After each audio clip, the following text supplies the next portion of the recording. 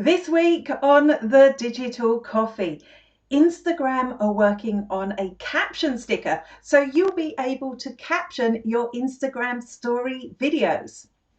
There's going to be a new TweetDeck, and TikTok are tackling abuse. All that and more after this.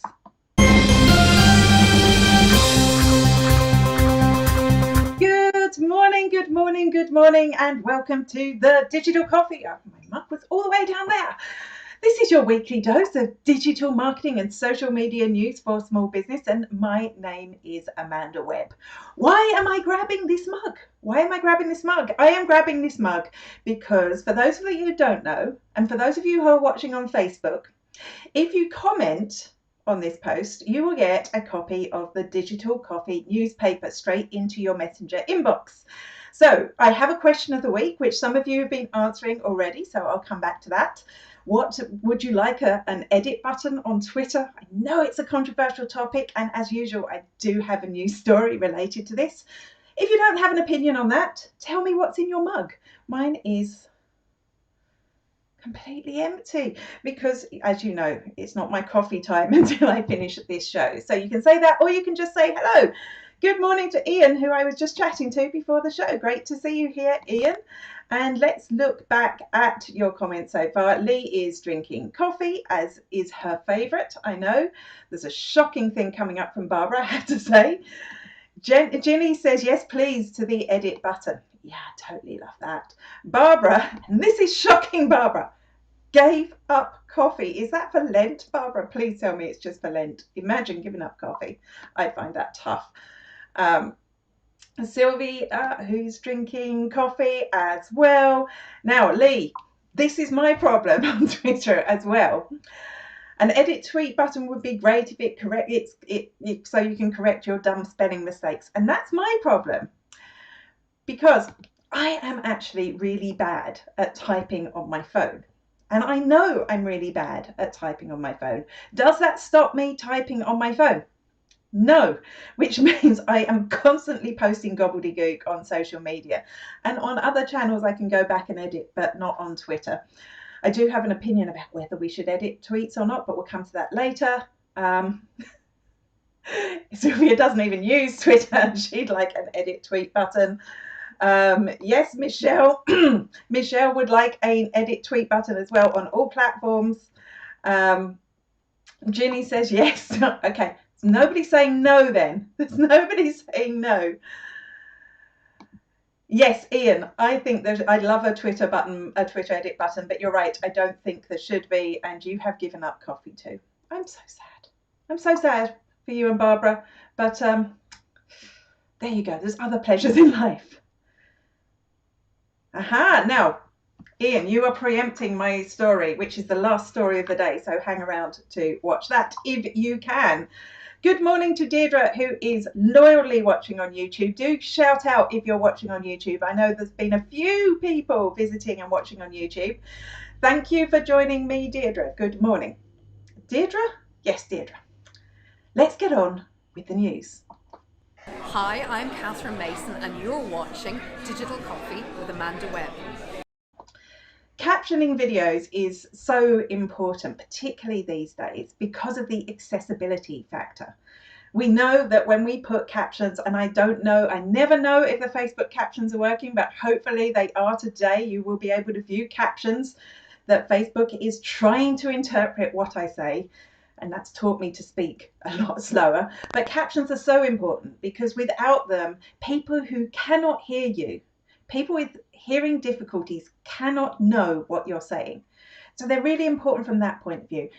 But it's not just people who have hearing difficulties that can't hear you. It's the people who have to watch with the sound off because something else is going on in their life. You're missing those people as well. And from an accessibility point of view, I know there's been a lot of talk recently about new social networks popping up and not thinking about it off the bat. Like Clubhouse has been in for a lot of flack. Twitter recently got a lot of flack about its lack of accessibility, but they've really risen to that, and I know they're adding more and more tools. Instagram has got the option to add alt text to your Instagram posts, but until now, there was no inbuilt option to add captions. And that is, for me, the most exciting news of this week. The most exciting news is that they are working on a caption sticker. So it's just like any other sticker you would add to Instagram.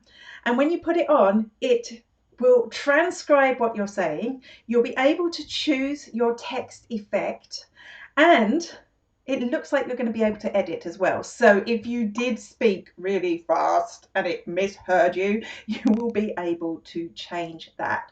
Now, Matt Navarra discovered that during the week. I will link to his tweet below. But then Instagram came back and said, no, this isn't something we're publicly testing. You got that by accident. He wasn't actually able to complete the captioning. He wasn't actually able to send the story out.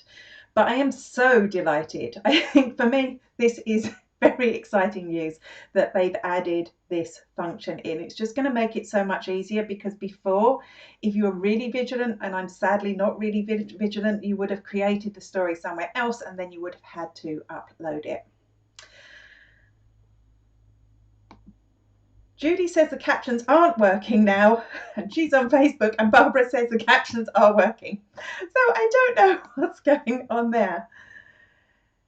Should there be captions on my live? I think you need to switch them on or be watching with the sound off. They're not going to appear if you can actually hear me. I think that may be why you're either seeing them. But Barbara says they're working. Ask Barbara. She'll tell you how she got them. Let's move on to the next story. And somebody who's watching is now going to be featured. I'm Ian Anderson-Gray and you're watching Digital Coffee with Amanda Webb. Hi, I'm Catherine Mason and you're... That's pressing the wrong button for you. That's completely thrown me off. I have to look at my notes now. One of the big problems, I think, with social ads, I'm thinking Facebook in particular, but I'm sure it's across the board, is the number of spammy comments you get. So people who really don't want to see ads in their feed will go to a huge amount of effort to tell you about it. And you get really nasty troll-like comments on your ads, and it's something you have to monitor and delete and block and ban. And the problem is, because they're commenting on all these posts, every time you throw an engagement post out, Facebook goes, oh, these people like commenting on things, so they show them more ads. Anyway, it's a big problem, and it's a problem that it looks like Twitter are actually going to be tackling. You may remember last year that Twitter introduced conversation controls, and what conversation controls did was they would allow you to just let a certain number of people reply to your tweets. So you could make it so only you could reply to your tweets. You could make it so only people that you tagged in the post could reply to your tweets, or only the people that follow you, or you could make it everyone. So that was an important feature, and I've seen it being used quite effectively, and I think this is an important thing for Twitter to have. But this wouldn't work if you were creating your tweet as an ad until now, because Twitter have just added conversation controls to the Twitter interface, which means you can go in, you can choose the audience of people who can reply. So it's still going to reach everyone, but the only people who reply will be the people that you choose. And that, again, is not giving you the only me option, but it is giving you followers, people you tag in a post. So I think this is great, because I think the really big downside is for all those people who leave the spam comments, you're actually paying money to distribute their spammy and nasty comments to other people. I would love to see something like this on Facebook. Well done, Twitter, is all I can say. I've got a ton of people here with comments, maybe talking about the captions. Barbara says she's on a PC. She's got a sound on and captions on. We just don't know. What I do is before the end of the day, I will upload captions so that people who are watching on replay have it, like proper transcribed captions. Michelle says her captions are working. Judy says maybe it's her phone. That's why they're not working. Hello to Johnny. Thank you. Okay, they're all comments about captions, so I will move on to the next story. Hi, I'm Charlie Lawrence and you're watching The Digital Coffee with Amanda Webb. It's always a problem when you sell products, what you're going to do when you go on holiday, particularly if you're a one-person business and you sell something. I used to sell products and it was a pain because you'd either have to switch your website off, take down a page from your website, make sure you've got all your autoresponders on, or you could just risk it and go away. But every time, while you were away, this was back when there were no smartphones, I'd have to drag my computer out, I'd have to find an internet connection. It was that long ago. I'd have to go, I'd have to check my emails, and if there was an order in, then I'd have to deal with it and either say it's not going to be there for a while, or it ruined my holiday and it was a pain. And Facebook have noticed that yes, this is a pain, and they are introducing to Marketplace, now this is their version of eBay, they are introducing a holiday option. So you can say, I'm on holiday. That's not going to go out to everyone. I've left my house empty. But it just means that people won't be able to order from you or make inquiries from you during the time that you're away, which makes sense. Now, it is just in Marketplace at the moment, but this would be brilliant if they rolled it out to shops, and actually if they rolled it out to other business pages, because at the moment you can switch your Messenger autoresponder on, I think for like 24 hours maximum. It would be great if you could just go, right, no, I'm away for a week. And this will mean that when you're on holiday, you won't be tied to your phone. You'll be able to put it down. You'll be able to go and do all the things that you want to do on holiday. And I'm talking about holidays, like that's something we can do. But even if you decided to take a break, like next Wednesday is St. Patrick's Day here in Ireland, and taking the day off, wouldn't it be great if you could just switch everything off and have your day off without having to check your emails all the time? So I think this is great. I would love to see it rolled out further. I can see lots of comments coming in. I think you've all fixed your caption problems. Am I using vMix? Johnny asked. No, I am using Ecamm Live running through Restream to broadcast simultaneously to my Facebook page and to YouTube. Deirdre says, Catch 22 for the people who like to spam our ads. Yes, they like to interact. Facebook solution, show the viewer more of that that they have been complaining about. Exactly. I wish there was a way that we could fix that on ads. Something like reply controls would be really helpful. I'm not sure how I'd use them, but I'd like to have the option. Hi, I'm Charlie Lawrence and you're watching The Digital Coffee with Amanda Webb. I'm having a bad button pressing day. I feel like I clicked Charlie already, did I? Let's have Andy instead. Hey, it's Andy at Content Cal here, and you're watching The Digital Coffee with Amanda Webb. Now, here's a question for you. Is it okay to share the same content across all your social media? I know back when I started doing this, this was one thing that we did a lot. We would just blast it out everywhere to all the social channels at the same time. And then quickly we learned that each social network is different. So you have to kind of frame it differently. And now things have changed again. I still don't think you should be putting exactly the same thing out on all your channels. You may want to reword it or reframe it. And obviously there's different parameters for those. But where Instagram and Facebook are concerned, it could be a good idea. And the reason I'm saying this is kind of an update on a story we had a few weeks ago, that Instagram are going to allow you to share your Instagram Reels to your Facebook page. Well, to your Facebook personal page, it looks like at the moment, but I'm sure they'll add this to pages. And I think this is a good idea. They're testing it in, let me find the link. They're testing it in India at the moment. And the reason that all these short form video tools get tested in India, so we had YouTube Shorts were launched there first, Instagram Reels were first launched in India, and now this option is because, of course, in India, they banned TikTok. They banned TikTok because they were having a bit of a tech fight with China. And so a lot of the social networks saw that this was an opportunity. And so we're seeing that there. I can't believe I took that down. I don't want that down. So here we go. So what will happen is you will be given the option to share your Instagram Reel to Facebook. It will appear in the feed on Facebook, which means you will get extra reach from that. which is great because we know that Reels get extra reach at the moment as well. This is going to give you even more. And it looks like from the third image across that you're actually going to appear on your profile as well. So when people visit your profile, they'll be able to see your Reels. From our point of view, I think this is good. I think we are going to be able to see that extra, we're going to reach those extra people who are the Facebook people, maybe not the Instagram people. And I think from Instagram and Facebook's point of view, one, it's fast-tracked their own short video tool, which I know they're working on. And they're providing content, that type of content, to the people who may not yet have experienced Instagram. So it might drive people over there. I'm looking forward to seeing this. Tatiana is watching on YouTube as well. We have you two YouTubers on. Are there any more than two? Thank you for joining us, Tatiana. It's great to see you here. Well shot Insta shares, feed posts and stories direct to the Facebook, but we always go in and edit, fix links, remove things, all but 2 hashtags.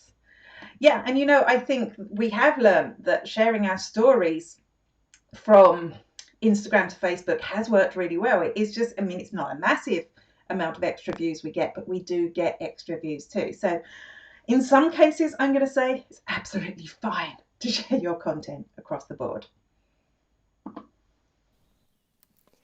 Hi, I'm Kyra Fingleton from Glamping Under the Stars, and you're watching The Digital Coffee with Amanda Webb.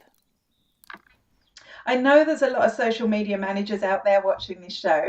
Tell me, do you pay for a social media management tool to do all your scheduling? Or do you use the inbuilt tools? Because this week, Twitter announced that it was going to launch a new version of TweetDeck. If you don't know what TweetDeck is, it's basically a social media management tool owned by Twitter that is just for Twitter. And it's only desktop only, which is one of the gripes that I think they might fix.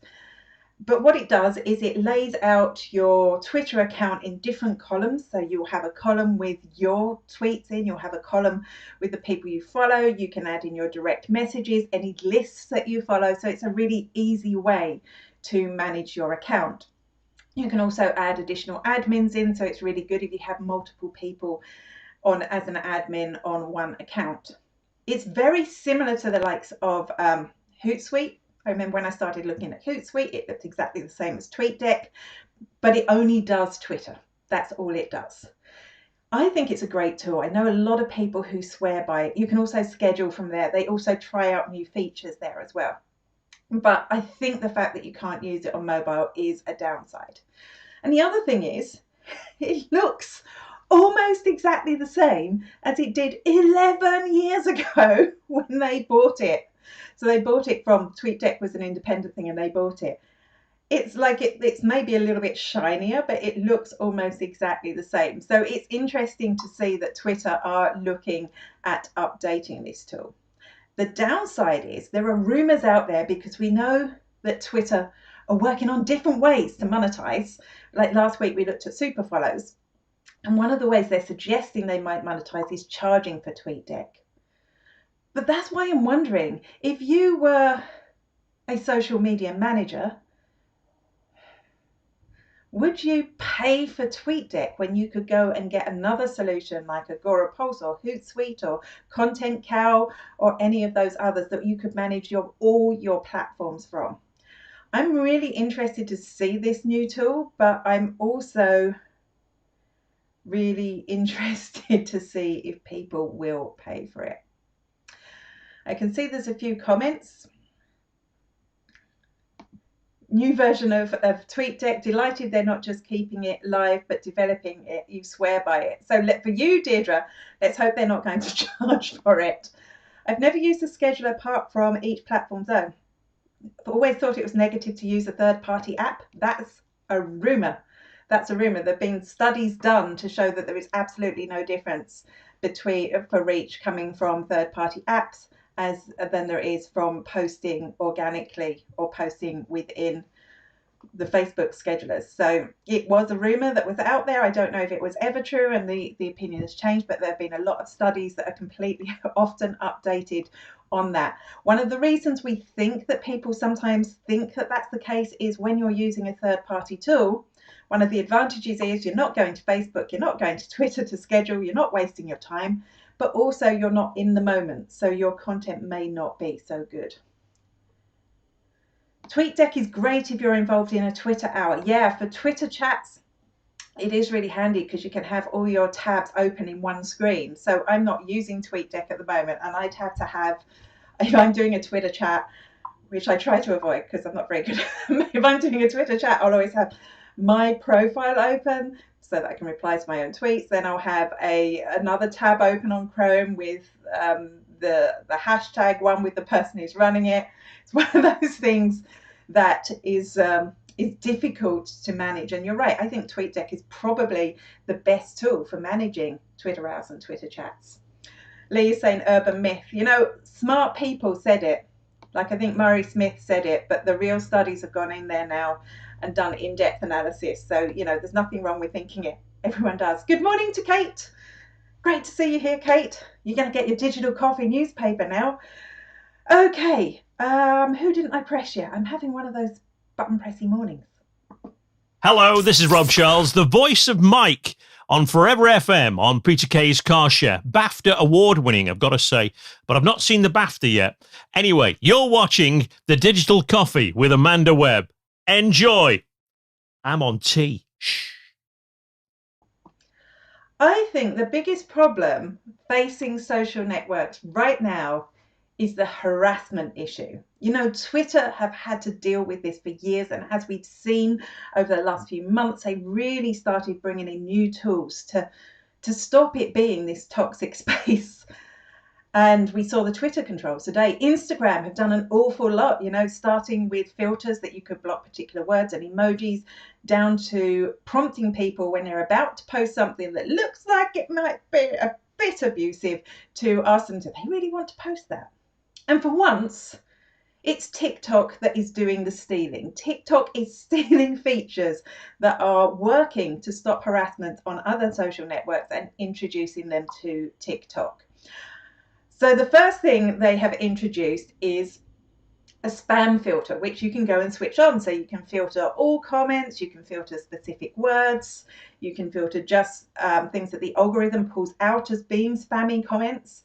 And so that's good. That's a good start. And secondly, they're stealing this from Instagram. They're stealing this.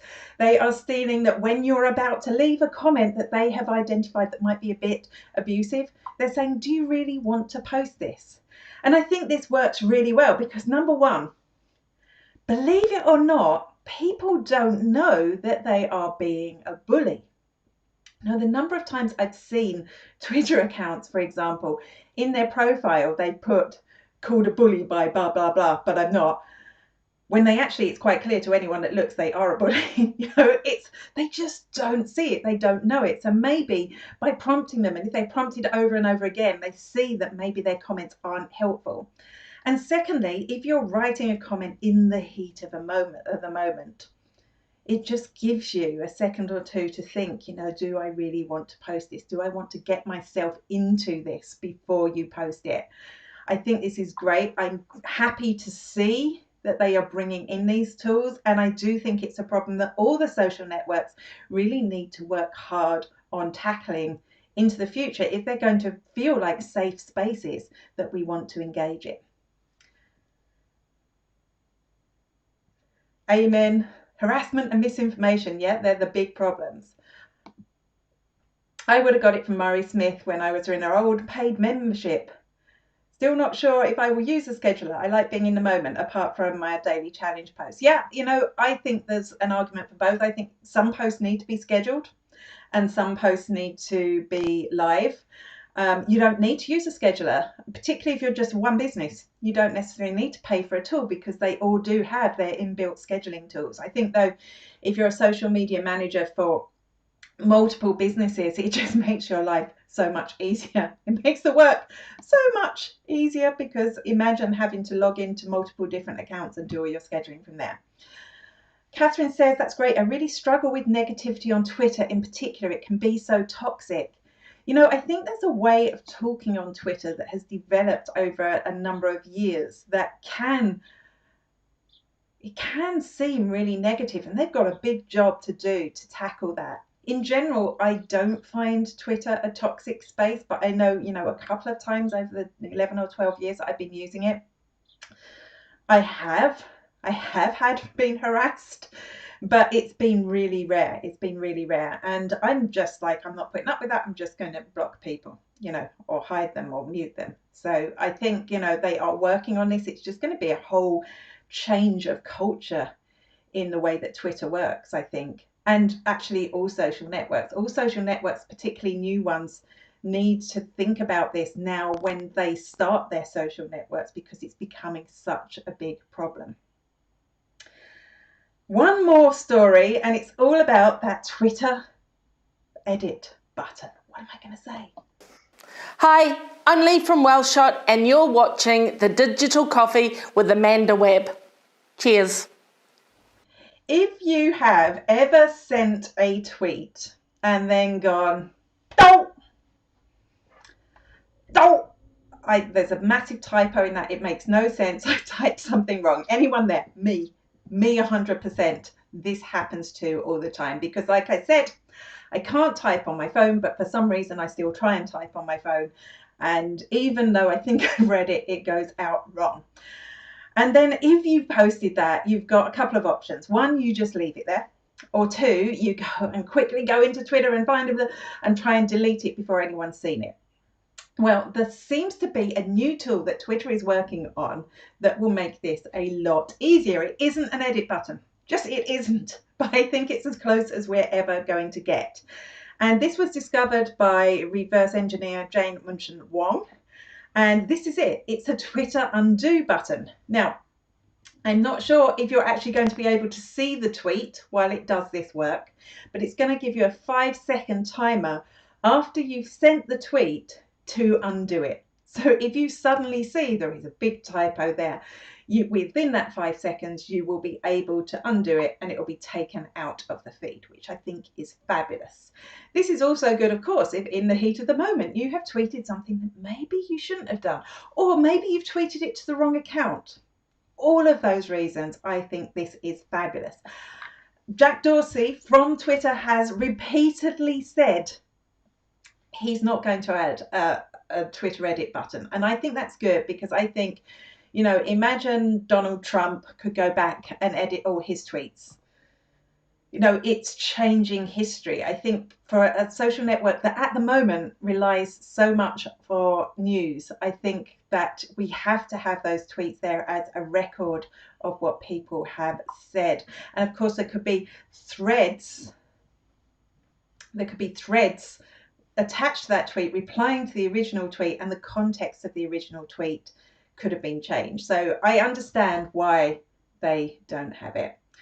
John, hello John, who's watching on YouTube. It's always great to see my YouTube friends in there. What's the difference between unsend and delete? Essentially, it's the same thing, except if you suddenly notice that you want to delete a tweet, you don't have to go and find the tweet and delete it, because that actually takes time, particularly when you're panicking.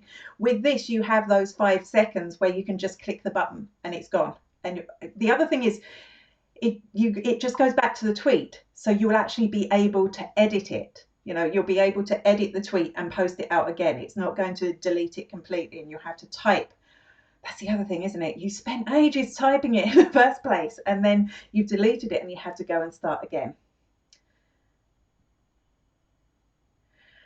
Deirdre says that email has the same issue. Some people send short messages without niceties. The 240 characters for some can be a restriction, as you must think about what you're going to tweet. Yeah, if more people thought about what they were going to tweet, it would be interesting. Okay, so that is your digital marketing news for this week. I will be back, same bat time, same bat place next week. It will be slightly different because I'm working on Friday morning, so I have to pre-record, but it will be a premiere. You will be here. The chatbot will work.